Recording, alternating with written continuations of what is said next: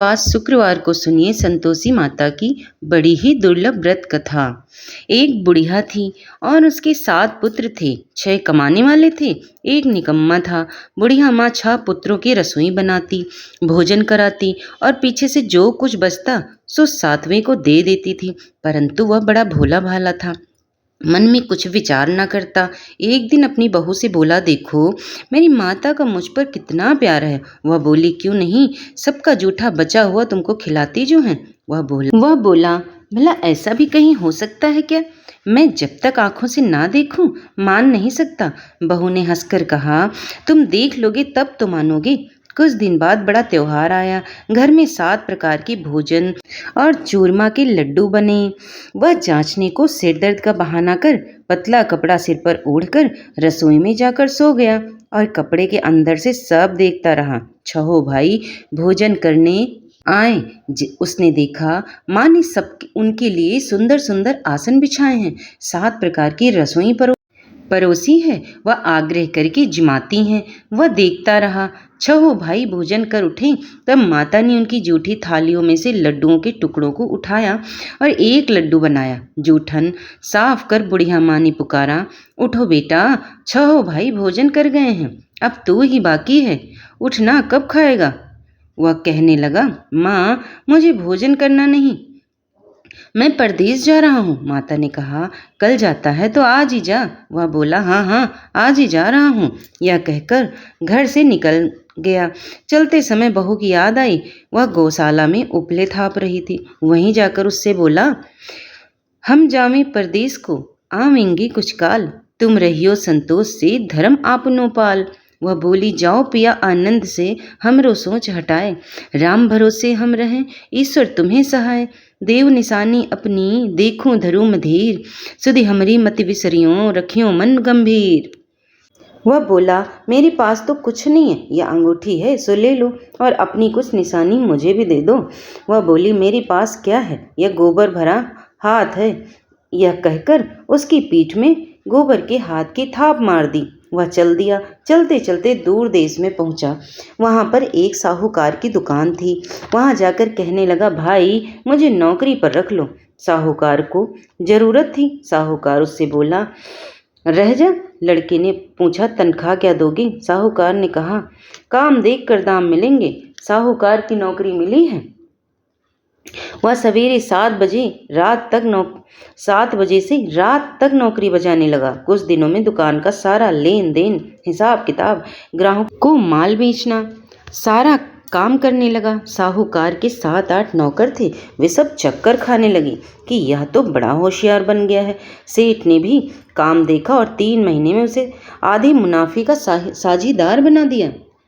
वह 12 वर्ष में ही नामी सेठ बन गया और मालिक सारा कारोबार उस पर छोड़कर बाहर चला गया। अब बहू पर क्या बीती सो सुनो। सास ससुर उसे दुख देने लगे। सारी गृहस्थी का काम करा के उसे लकड़ी लेने जंगल में भेजते। इस बीच घर की रोटियों के आटे से जो भी भूसी निकलती उसकी रोटी बनाकर रख दी जाती और फूटे नारियल के खोपरे में पानी। इस तरह दिन बीतते रहे। एक दिन वह लकड़ी लेने जा रही थी कि रास्ते में बहुत सी स्त्रियां संतोषी माता का व्रत करती दिखाई दी। वह वहां खड़ी हो कथा सुनकर बोली, बहनों यह तुम किस देवता का व्रत करती हो और इसके करने से क्या फल मिलता है? इस व्रत के करने की क्या विधि है? यदि तुम अपने व्रत का विधान मुझे समझाकर कहोगी तो मैं तुम्हारा एहसान मानूंगी। तब उनमें से एक स्त्री बोली, सुनो, ये संतोषी माता का व्रत है। इसके करने से निर्धनता दरिद्रता का नाश होता है और लक्ष्मी आती है। मन की चिंताएं दूर होती हैं। घर में सुख होने से मन प्रसन्न और शांति मिलती है। निपुत्र को पुत्र मिलता है। प्रियतम बाहर गया हो तो जल्दी आता है। कंवारी कन्याओं को मनपसंद वर मिलता है। राजद्वारे में बहुत दिनों से अगर मुकदमा चल रहा हो तो वो भी खत्म हो जाता है। सब तरह से सुख शांति, घर में धन जमा हो, पैसा जायदाद का लाभ, रोग दूर हो जावे तथा जो कुछ मन में कामना हो वे सब संतोषी माता की कृपा से पूरी हो जावे। इसमें संदेह बिल्कुल भी नहीं है। वह पूछने लगी, यह व्रत किसने कैसे किया जाता है, यह भी बताओ तो बड़ी कृपा होगी। स्त्री कहने लगी, 1.25 रुपये का गुड़ चना लेना, इच्छा हो तो 5.25 रुपये का या 11.25 रुपये का लेना। ये सहूलियत के अनुसार लेना, बिना परेशानी श्रद्धा प्रेम से जितना बन सके सवाया लगाना। 1.25 रुपये से 5.25 रुपये तक, इससे भी ज़्यादा शक्ति और भक्ति के अनुसार लें। हर शुक्रवार को निराहार रहे, कथा कहना सुनना, इसके बीच क्रम कभी न टूटे। लगातार नियम पालन करना, सुनने वाला कोई ना मिले तो घी का दीपक जला उसके आगे जल के पात्र को रख कथा कहना, परंतु नियम ना टूटे। जब यह कार्य सिद्धि ना हो, नियम पालन करना और कार्य सिद्धि हो जाने पर ही व्रत का उद्यापन करना। 3 मास में माता फल पूरा करती है। यदि किसी के खोटे ग्रह हों तो भी माता 1 वर्ष में अवश्य कार्य को सिद्धि करती है। कार्य सिद्धि होने पर ही उद्यापन करना चाहिए, बीच में नहीं उद्यापन में करना चाहिए। उद्यापन में 2.5 सेर आटे का खाजा, इसी परिणाम से खीर तथा खाने का साग करना, 8 लड़कों को भोजन कराना, जहाँ तक मिले देवर जेठ भाई बंधु कुटुंब के लड़के लेना, ना मिले तो रिश्तेदारों और पड़ोसियों के बच्चों को बुलाना, उन्हें भोजन कराना, यथाशक्ति दक्षिणा दे माता का नियम पूरा करना। उस दिन घर में कोई खटाई न खावे। यह सुनकर बुढ़िया के लड़के की बहू चल दी। रास्ते में लकड़ी के बोझ को बेच दिया और उन पैसों से गुड़ चना ले माता के व्रत की तैयारी कर आगे चली और सामने मंदिर देख पूछने लगी, यह मंदिर किसका है? सब कहने लगे, संतोषी माता का मंदिर है। यह सुन माता के मंदिर में जा माता के चरणों में लौटने लगी। दीनहीन होकर विनती करने लगी, माँ मैं निपट मूर्ख हूँ, व्रत के नियम कुछ नहीं जानती, मैं बहुत दुखी हूँ। हे माता, हे जगत जननी, मेरा दुख दूर करें, मैं तेरी शरण में हूँ माता, दया करें। यह शुक्रवार बीता, एक शुक्रवार बीता कि दूसरे शुक्रवार को ही इसके पति का पत्र आया और तीसरे को उसका भेजा हुआ पैसा भी आ पहुँचा। यह देख कर जेठानी मुँह सिकोड़ने लगी, इतने दिनों में पैसा आया, इसमें क्या बड़ाई है। लड़के ताने देने लगे, काकी के पास अब अन्न आने लगे, रुपया आने लगा, अब तो काकी की खातिर बढ़ेगी, अब तो काकी बुलाने से भी नहीं बोलेगी। बेचारी सरलता से कहती, भैया पत्र आवे रुपया आवे तो हम सबके लिए अच्छा है। ऐसा कहकर आंखों में आंसू भरकर संतोषी माता के मंदिर में आकर मातेश्वरी के चरणों में गिरकर रोने लगी। माँ, मैंने तुमसे पैसे नहीं मांगा, मुझे पैसे से क्या काम है, मुझे तो अपने सुहाग से काम है, मैं तो अपने स्वामी के दर्शन और सेवा मांगती हूँ। तब माता ने प्रसन्न होकर कहा, जा बेटी, तेरा स्वामी आएगा। यह सुन खुशी से बावली हो घर में जा काम करने लगी। अब संतोषी माँ विचार करने लगी, इस भोली पुत्री से मैंने कह तो दिया है तेरा पति आवेगा, पर आवेगा कहाँ से? वह तो स्वप्न में भी इसे याद नहीं करता, उसे याद दिलाना मुझे पड़ेगा। इस तरह माता बुढ़िया के बेटे के पास जा स्वप्न में प्रकट हो कहने लगी, साहूकार के बेटे, सोता है या जागता? वह बोला, माता सोता भी नहीं हूँ और जागता भी नहीं हूँ, बीच में ही हूँ, कहो क्या आज्ञा है? माँ कहने लगी, तेरा घर बार कुछ है या नहीं? वह बोला, मेरा सब कुछ है माता, माँ बाप भाई बहन बहू, क्या कमी है? माँ बोली, भोले पुत्र, तेरी स्त्री तेरी घोर संकट उठा रही है, माँ बाप उससे दुख दे रहे हैं, वह तेरे लिए तरस रही है, तो उसकी सुधि ले। वह बोला, हाँ माता, यह तो मुझे भी मालूम है, परंतु मैं कैसे जाऊँ? परदेश की बात है, लेन देन का कोई हिसाब नहीं है, कोई जाने का रास्ता नजर नहीं आता, कैसे चला जाऊं? माँ कहने लगी, मेरी बात मान, सवेरे नहा धोकर संतोषी माता का नाम ले, घी का दीपक जलाकर दंडवत कर दुकान पर जा बैठना, देखते देखते तेरे लेन देन सब कुछ चुक जाएगा, जमा माल बिक जाएगा, सांझ होते होते धन का ढेर लग जाएगा। वह सवेरे बहुत जल्दी उठ स्नान कर संतोषी माँ को दंडवत कर घी का दीपक जला दुकान पर जा बैठा। थोड़ी देर में वह क्या देखता है कि देने वाले रुपया लेकर आए हैं और लेने वाले हिसाब लेने लगे। कोठे में भरे धन कोठे में भरे सामानों के खरीदार नगद दाम में सौदा करने लगे। शाम तक धन का ढेर लग गया। माता का चमत्कार देख प्रसन्न हो मन में माता का नाम ले घर ले जाने के वास्ते गहना कपड़ा खरीदने लगा। वहाँ के काम से निपट वह घर को रवाना हुआ। वहाँ बहू बेचारी जंगल में लकड़ी लेने जाती तो लौटते वक्त माँ के मंदिर पर विश्राम करती। वह तो उसका रोज आना रुकने का स्थान था। दूर से धूल उड़ती देखकर वह माता से पूछती है, हे माता, ये धूल कैसी उड़ रही है? माँ कहती है, हे पुत्री, तेरा पति आ रहा है। अब तू ऐसा कर, लकड़ियों के 3 बोझ बना ले। एक नदी के किनारे रख, दूसरा मेरे मंदिर पर और तीसरा अपने सिर पर रख। तेरे पति को लकड़ी का गट्ठा देखकर मोह पैदा होगा। वह वहाँ रुकेगा, नाश्ता पानी बनाकर खाकर माँ से मिलने जाएगा। अब तो लकड़ियों का बोझ उठाकर जाना और बीच चौक में गट्ठा डालकर 3 आवाजें जोर से लगाना, लो सासू जी, लकड़ियों का गट्ठा लो, भूसी की रोटी दो, नारियल के खोपरे में पानी दो। आज कौन मेहमान आया है? माँ की बात सुन बहू बहुत अच्छा माता कहकर प्रसन्न हो लकड़ियों के 3 गट्ठे ले आई। एक नदी के तट पर, एक माता के मंदिर पर रखा। इतने में ही एक मुसाफिर आ पहुंचा। सूखी लकड़ी देखकर उसकी इच्छा हुई कि अब यही विश्राम करें और भोजन बनाकर खाकर गांव जाएं। इस प्रकार भोजन बना, विश्राम कर वहां गांव को गया। सबसे प्रेम से मिला। उसी समय बहू सिर पर लकड़ी का गट्ठा ले आती है। लकड़ी का भारी बोझ आंगन में डाल जोर से आवाज देती है, लो सासू जी, लकड़ी का गट्ठा लो, भूसी की रोटी दो, नारियल के खोपरे में पानी दो। आज कौन मेहमान आया है? यह सुनकर सास बाहर आकर अपने दिए हुए कष्टों को भुलाते हुए कहती है, बहू ऐसा क्यों कहती है?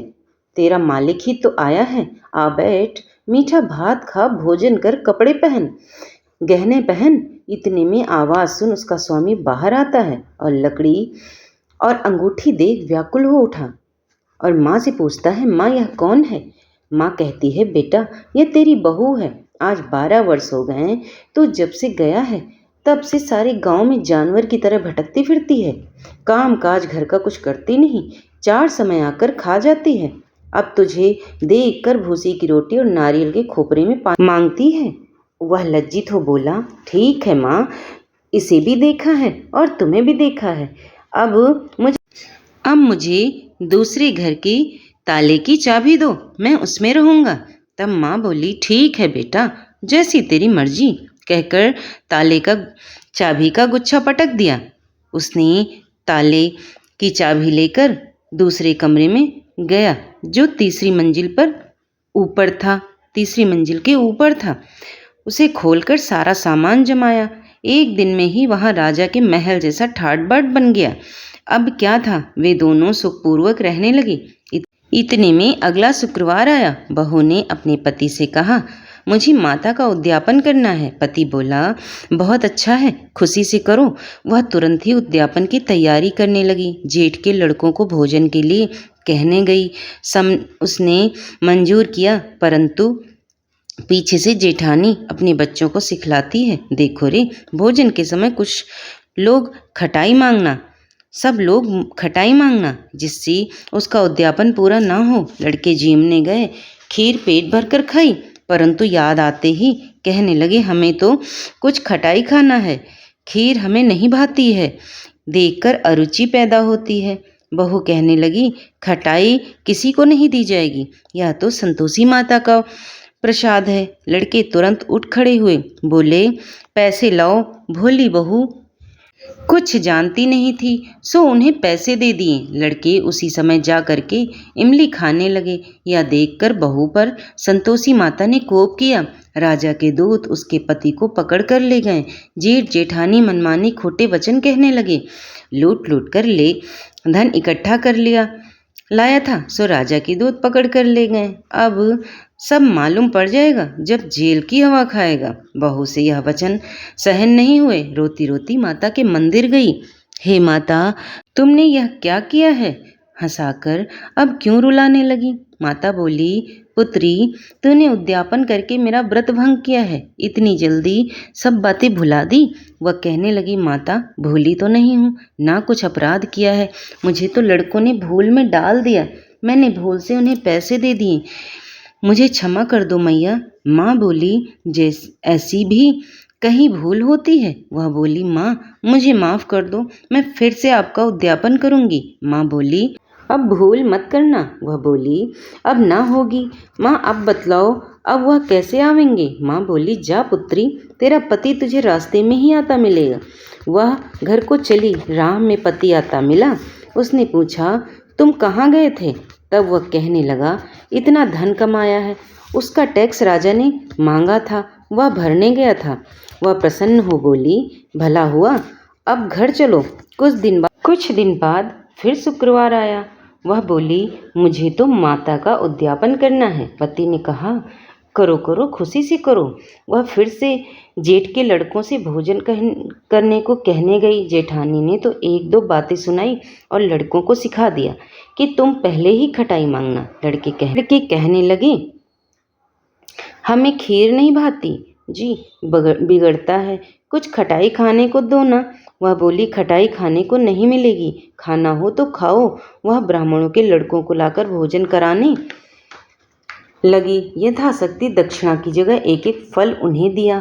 इससे संतोषी माता प्रसन्न हुई। माता की कृपा होते ही 9वें मास उसको चंद्रमा के समान सुंदर पुत्र प्राप्त हुआ। पुत्र को लेकर प्रतिदिन माता जी के मंदिर जाने लगी। माँ ने सोचा कि यह रोज आती है, आज क्यों न मैं ही इसके घर चलूं, इसका आसरा देखूं तो सही। यह विचार कर माता ने भयानक रूप बनाया। गुड़ और चने से सना मुख, ऊपर सूंड के समान होठ, उस पर मक्खियां बिनबिना रही थीं। दहलीज में पांव रखते ही उसकी सास चिल्लाई, देखो रे, कोई चुड़ैल चली आ रही है। लड़कों, इसे भगाओ, नहीं तो ये किसी को खा जाएगी। लड़के डरने लगे और चिल्लाकर खिड़की बंद करने लगे। छोटी बहू रोशनदान से देख रही थी। प्रसन्नता से वह पगली होकर चिल्लाने लगी, आज मेरी माता जी मेरे घर आई हैं। यह देखकर बच्ची को दूध पिलाने से हटाती है। इतने में सास का क्रोध फूट पड़ा। बोली, इसे देख कैसी उतावली हुई है, जो बच्चे को पटक दिया है। इतने में माँ के प्रताप से जहाँ देखो वहीं लड़के ही लड़के नजर आने लगे। वह बोली, माँ जी, मैं जिनका व्रत रखती हूँ, यह वही संतोषी माता हैं। इतना कहकर झट से सारे घर के किवाड़ खोल देती है। सबने माता के चरण पकड़ लिए और विनती कर कहने लगे, हे माता, हम मूर्ख हैं, हम अज्ञानी हैं और पापी भी।